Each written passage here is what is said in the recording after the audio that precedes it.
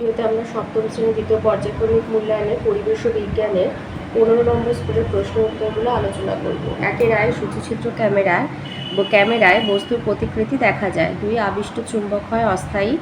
3 প্রদত্ত বিকল্পগুলির মধ্যে তড়িতের সুপরিবাহী বস্তু হবে ধাতব চাবি।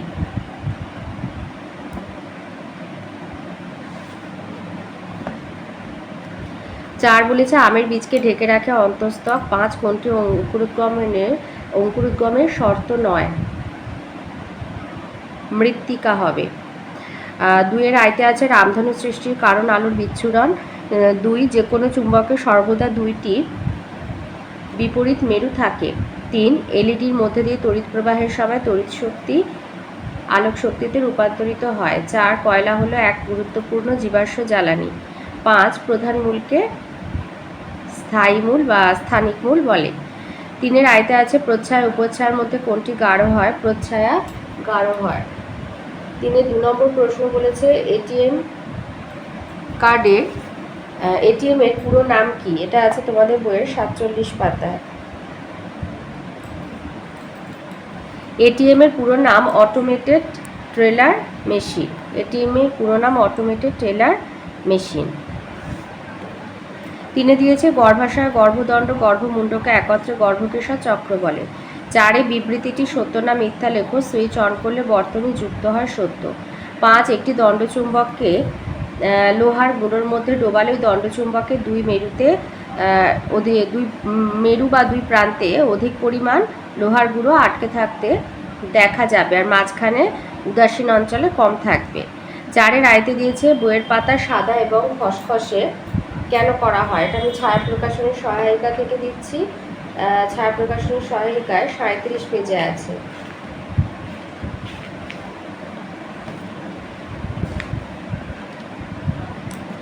বইয়ের পাতা সাদা ও খসখসে হয় কেন? বইয়ের পাতা সাদা ও খসখসে করা হয় কারণ সাদা বর্ণ সমস্ত বর্ণের আলোকরশ্মিকে প্রতিফলিত করতে পারে এবং খসখসে পৃষ্ঠতল বিক্ষিপ্তভাবে আলোর প্রতিফলনের দ্বারা আলোকে সব দিকে ছড়িয়ে দেয়। ফলে সাদা এবং খসখসে বইয়ের পাতায় সব দিক থেকে যে কোনো বর্ণের লেখা বা ছবি পরিষ্কার দেখা যায়। 2 দিয়েছে তড়িৎচুম্বকের শক্তি বৃদ্ধি 2টি উপায় লেখো। এটা তোমাদের বইয়ের 58 পাতায় রয়েছে। একটা হচ্ছে তারের পাক সংখ্যা বৃদ্ধি করে এই যে তড়িৎচুম্বকের শক্তি বাড়ানো যায়। তারের পাক সংখ্যা বাড়ালে তড়িৎচুম্বকের শক্তি বাড়ে। আর হচ্ছে সেল সংখ্যা বাড়লে অর্থাৎ তড়িতের পরিমাণ বাড়লে তড়িৎচুম্বকের শক্তি বাড়ে। 3 দিয়েছে ফিউজ তারের কাজ কি? এটা তোমাদের বইয়ের 61 পাতায় রয়েছে। ফিউজ তারের কাজ যে কোনো বৈদ্যুতিক সার্কিটে নিরাপত্তার জন্য ফিউজ তার ব্যবহার হয়।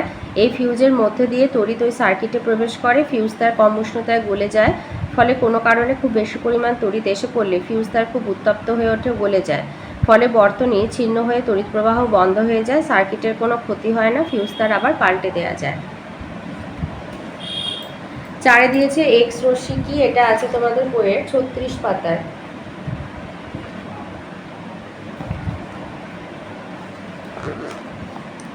লিখবে এক্স রশ্মি কি? রে মানে রশ্মি বা আলো, আর এক্স রে হচ্ছে এক রকমের অদৃশ্য আলো।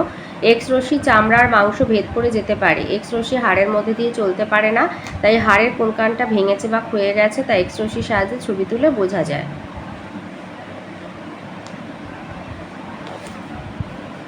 5 দিয়েছে স্বপরাগযোগ এবং ইতর পরাগযোগ কাকে বলে? এটা আছে বইয়ের 210 পাতায়।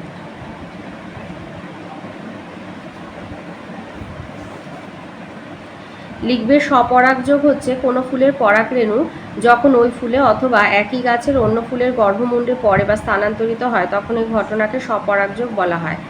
আর কোনো ফুলের পরাগরেণু যখন একই রকম অন্য উদ্ভিদের ফুলের গর্ভমুণ্ডে পড়ে বা স্থানান্তরিত হয় তখন এই ঘটনাকে ইতর পরাগযোগ বলে।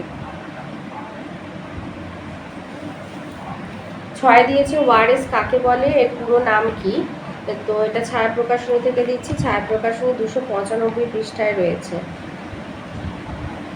ওয়ারেস কি? আমরা ছোটবেলা থেকেই পড়েছি। ওয়ারেস এর ফুল ফর্ম হচ্ছে ওরাল রিহাইড্রেশন সলিউশন।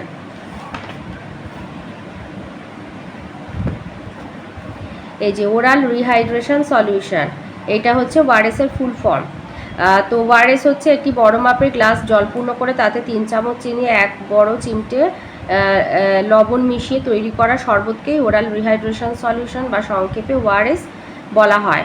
কোনো কারণে পেট খারাপ হলে তরল মল ও মূত্রের সঙ্গে অনেক পরিমাণ জল দেহ থেকে বেরিয়ে যায় এবং এর ফলে আমাদের দেহে জল ও লবণের ঘাটতি দেখা দেয়।